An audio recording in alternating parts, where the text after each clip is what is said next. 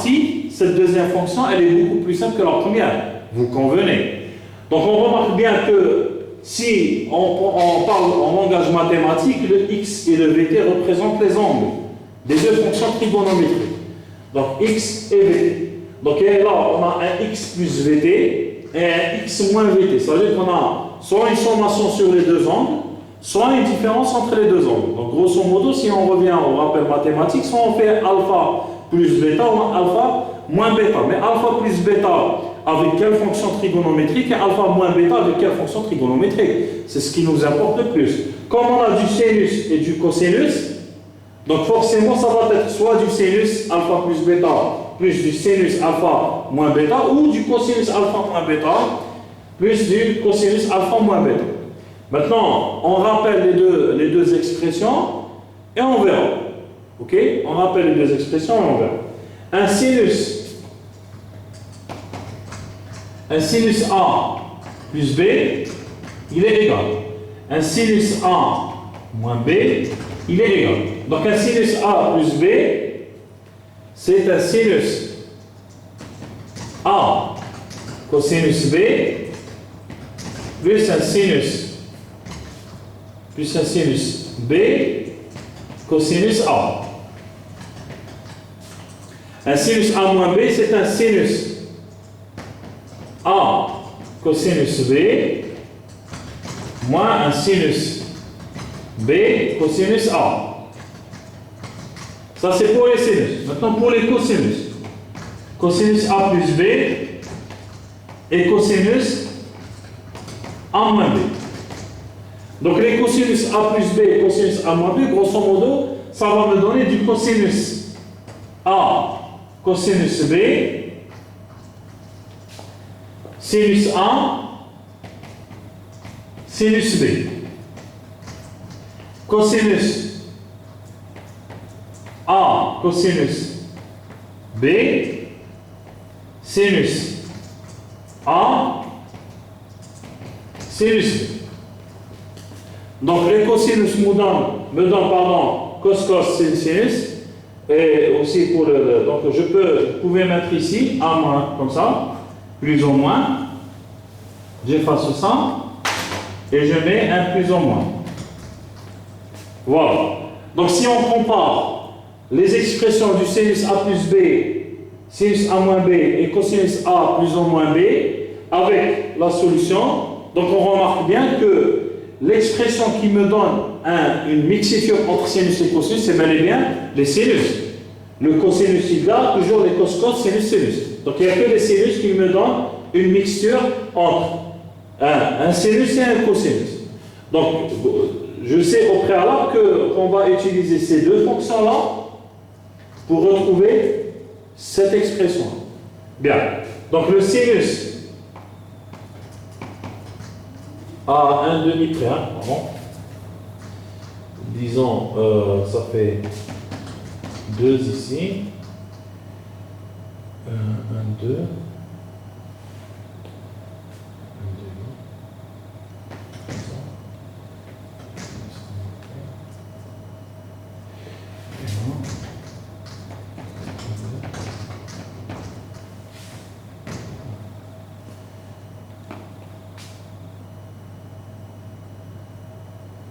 bien. Donc un sinus A plus B, un sinus X plus VT égale un sinus X deux fois sinus X cosinus VT, bien sûr avec un facteur près. Donc un 2 sinus cosinus plus un cosinus sinus. Donc un cosinus X sinus VT. Le sinus X moins VT, il est égal à 2 fois sinus X. Donc, c'est au moment de la somme qu'on met le 2, je m'excuse. Donc, pour ne pas se tromper. Donc, un sinus x cosinus vt moins cosinus x sinus vt. Donc, si on fait une sommation entre les deux,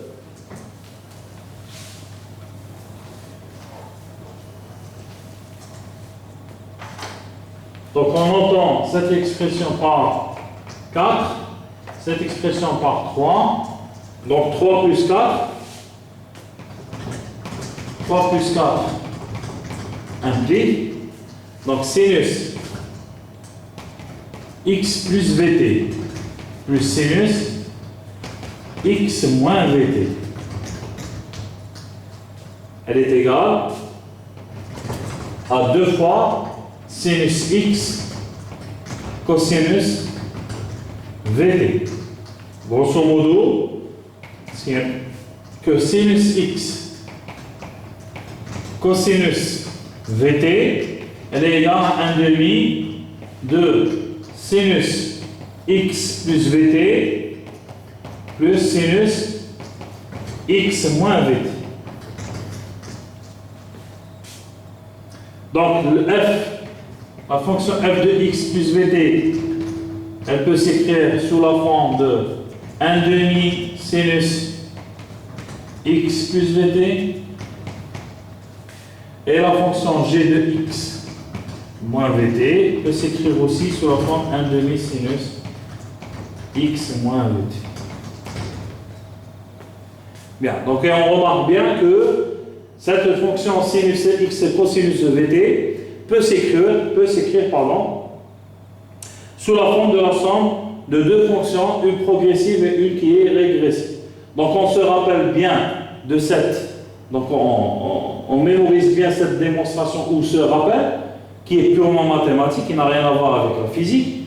Donc on se rappelle très bien de ce point où à partir d'une fonction qui est sinus x cosinus vt, donc c'est la démonstration en inverse, ou on appelle ça l'agent, donc on a démontré que grosso modo, le sinus x cosinus vt, c'est bel et bien une onde qui est stationnaire. Pourquoi elle est stationnaire? Parce qu'on a pu écrire que le sinus x cosinus vt peut s'écrire sous la forme de f de x plus vt plus g de x moins vt. Donc on a le même argument, donc le x et le vt, et une fois il y a la somme entre les deux, une fois il y a la différence entre les deux, donc pour dire que c'est une onde progressive plus une onde qui est régressive. Jusqu'ici, j'espère que ça va. Donc avant de passer à un autre point ou un autre exercice, je préfère continuer avec la partie courte. Donc on traitera le battement et on reviendra sur un exercice sur le battement, bien sûr, où on déterminera la vitesse de modulation, ainsi de suite. Bien, donc j'efface cette partie-là du tableau. Donc je reviens sur le battement, donc juste un petit rappel, bien sûr. On fera une application sur le battement et à partir de la séance prochaine, Inch'Allah, on traitera les cordes, le chapitre sur l'accord du vent. Bien, donc le point, excusez-moi.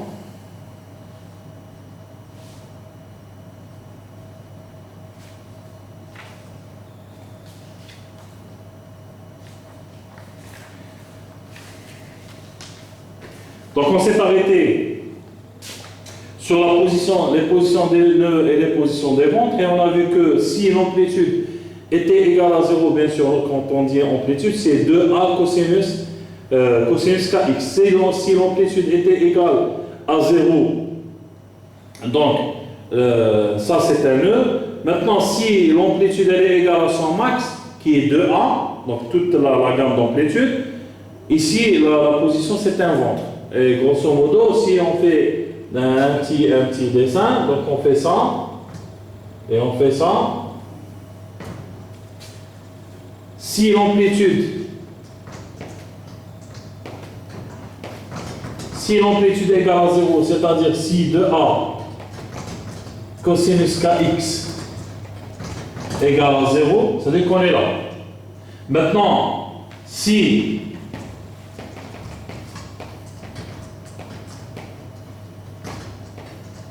l'amplitude de A cosinus kx égale à 2A, c'est-à-dire qu'on est dans un ventre. Qu'on est en max d'un ventre ou une résonance d'un ventre. Bien. On passe au prochain point qui est les battements.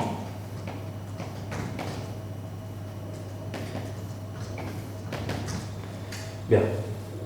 Donc, au préalable, on a dit que la somme de deux ondes progressives nous donne une onde progressive, la somme de deux ondes régressives nous donne une onde régressive, et la somme de deux ondes progressives et régressives nous donne, spécialement avec des caractéristiques, une onde qui est stationnaire. Maintenant, on passe à la somme de deux ondes de même nature, la superposition la résultante de deux ondes progressives ou la superposition la résultante de deux ondes régressives. Donc, si on prend comme première fonction d'onde y1 de xt qui a comme amplitude 1, cosinus et comme pulsation, première pulsation oméga t moins k1x. La deuxième fonction d'onde, elle est progressive aussi, seulement avec d'autres paramètres, la même amplitude, avec un oméga 2 t moins k2x, pardon.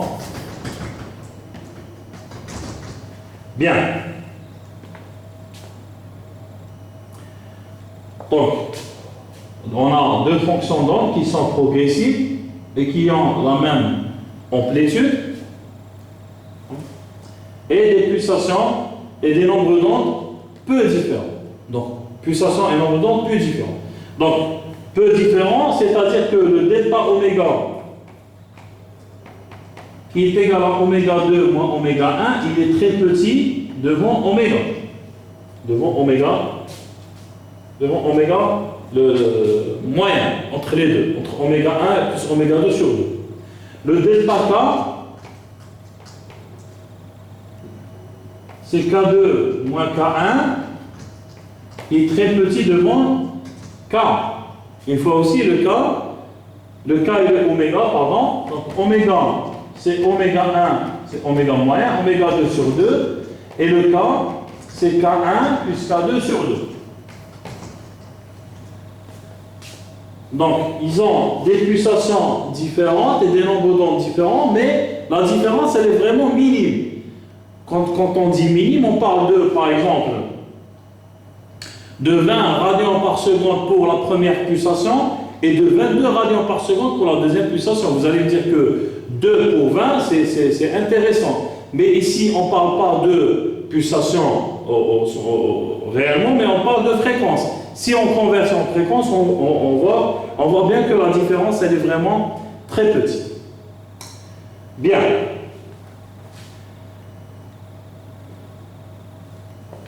Alors j'efface la première partie du tableau, et on fait là, on s'attaque à la superposition.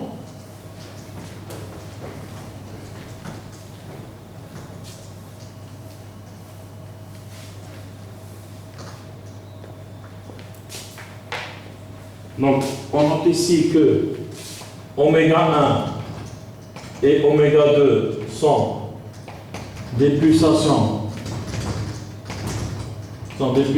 voisines.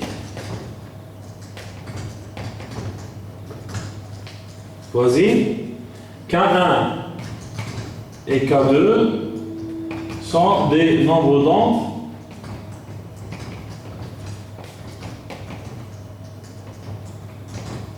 voisins aussi. Elles sont peu différentes. Pardon, je passe ici.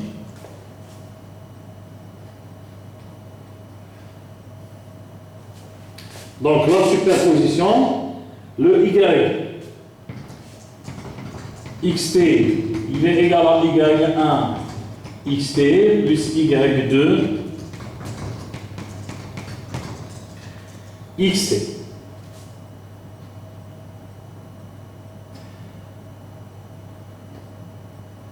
Bien. Donc, il est égal aussi au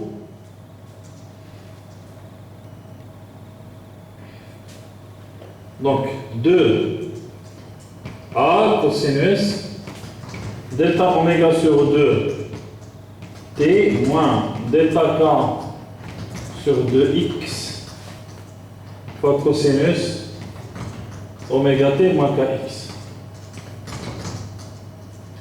Oméga t moins kx. Bon, tout simplement, si vous voulez qu'on refasse la démonstration, donc on a tout simplement superposer les deux ondes, donc y de xt, ce sera un a comme facteur de cosinus de oméga 1t moins k1x plus quelque chose comme cosinus oméga 2t moins k2x. En passant à la notation complexe, donc ça va faire, ou même en restant sur cette expression, donc cosinus alpha plus cosinus bêta, donc cosinus alpha plus cosinus bêta, ça va faire un sinus cosinus cosinus. Donc je vais faire par une connotation complexe exponentielle i oméga 1t moins k1x plus un exponentiel i oméga 2t moins k2x. Donc je vais faire sortir le oméga. Donc ça va faire, pardon, ici.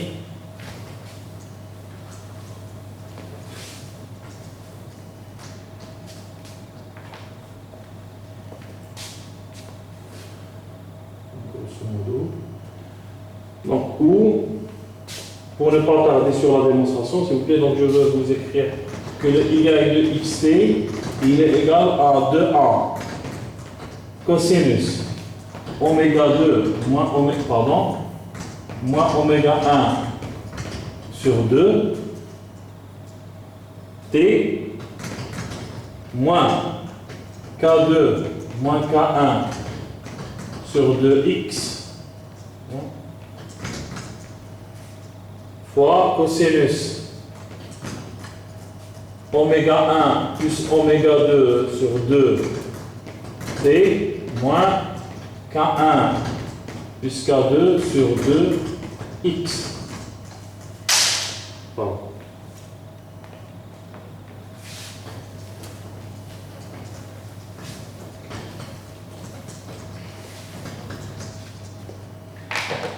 Vous pouvez continuer à faire la démonstration ici, ou carrément considérer comme étant oméga 1t moins k1x, c'est un angle, oméga 2t moins k2x, c'est un autre angle, et vous faites cosinus alpha plus cosinus bêta.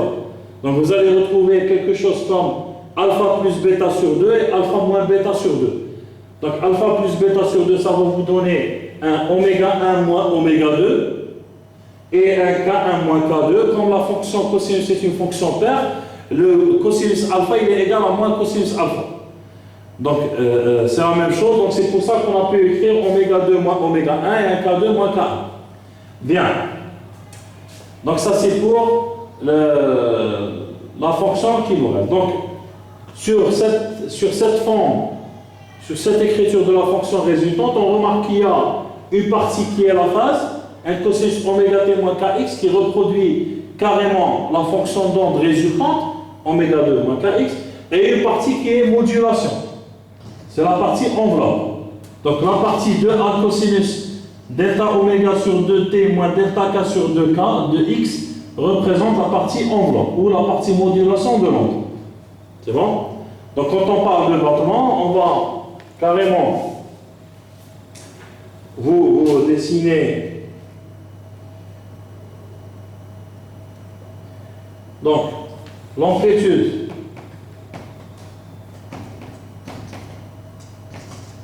de l'onde c'est carrément 2A cosinus delta oméga sur 2t moins delta k sur 2x. Ça, c'est l'amplitude de l'onde résultante. Et cosinus oméga t moins kx, c'est la phase de l'onde résultante. Bien. On appelle pulsation. Donc, on appelle vitesse. Vitesse de modulation.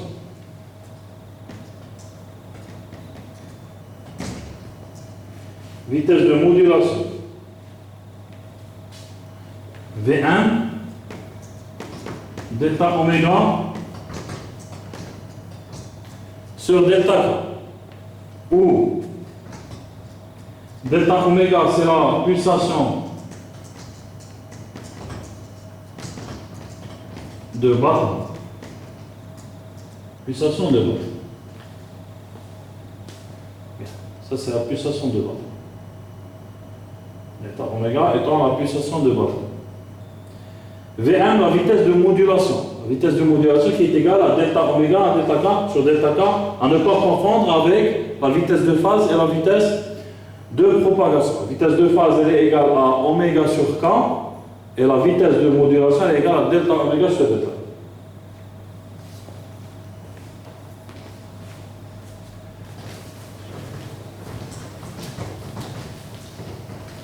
Donc, quand vous schématisez juste le battement,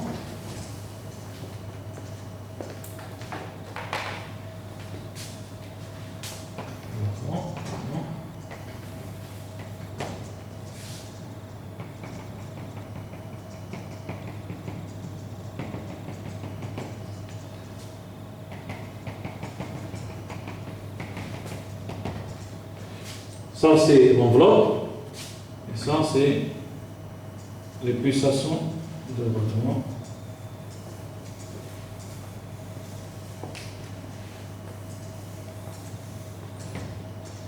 Bien, donc cette partie-là en blanc représente l'enveloppe. Ça c'est l'enveloppe. L'enveloppe de l'onde résultante. Cette partie-là représente onde. Alors, donc la phase de l'onde résultante. Donc si on fait un déplacement suivant t et là il y a un y de xt, donc la pulsation oméga, ça c'est une demi-période. Donc ça, on peut tirer à partir de là la pulsation oméga, donc la fonction oméga, et à partir de là, on peut tirer le delta oméga. Tirer là le battement.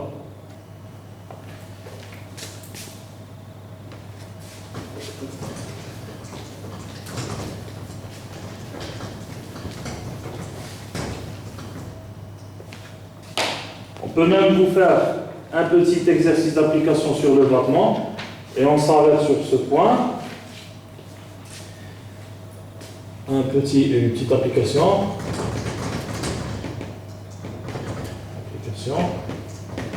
Donc on vous donne une fonction, première fonction d'onde y1 de xt qui est égal à A sinus 50x moins 200t. Un y2 de xt qui est égal à A sinus 54x moins 230t. Et on demande de vous faire la superposition des deux. Les gens remarquent bien que pour avoir un battement, on a dit au préalable qu'il faut avoir une petite différence en termes de nombre d'ondes et une petite différence en termes de pulsation. Donc vous remarquez ici que la différence entre les deux pulsations, elle est égale à 30. Elle est très petite devant la moyenne des deux, qui est de 215. Et la différence entre les deux, elle est de 4 mètre moins 1 qui est très petit devant la moyenne des deux qui est égale à 52. Donc à ce moment-là, on peut prévoir un battement où l'onde résultante égale de xt, elle est égale à 1 sinus 50x moins 200t plus sinus sinus 54x moins 230t. Donc sinus alpha plus sinus bêta, ça va nous donner quelque chose comme cosinus alpha plus bêta sur 2 et cosinus alpha moins bêta sur 2. Donc on arrive à écrire égal à 2 1 sinus, donc delta oméga sur 2t moins delta k sur 2x fois cosinus delta, oméga sur oméga t moins kx, ou j'écris par ici, où le delta oméga il est égal à 30 et le delta k il est égal à 4, donc radians par seconde, l'unité, mètre moins 1. Le oméga, c'est la moyenne des deux, c'est 215 radians par seconde. Et le nombre d'ondes, c'est 52 mètres moins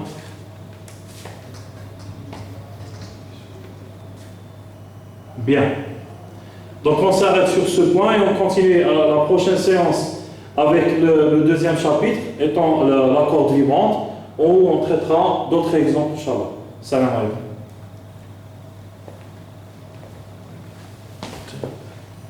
C'est moi, je crois.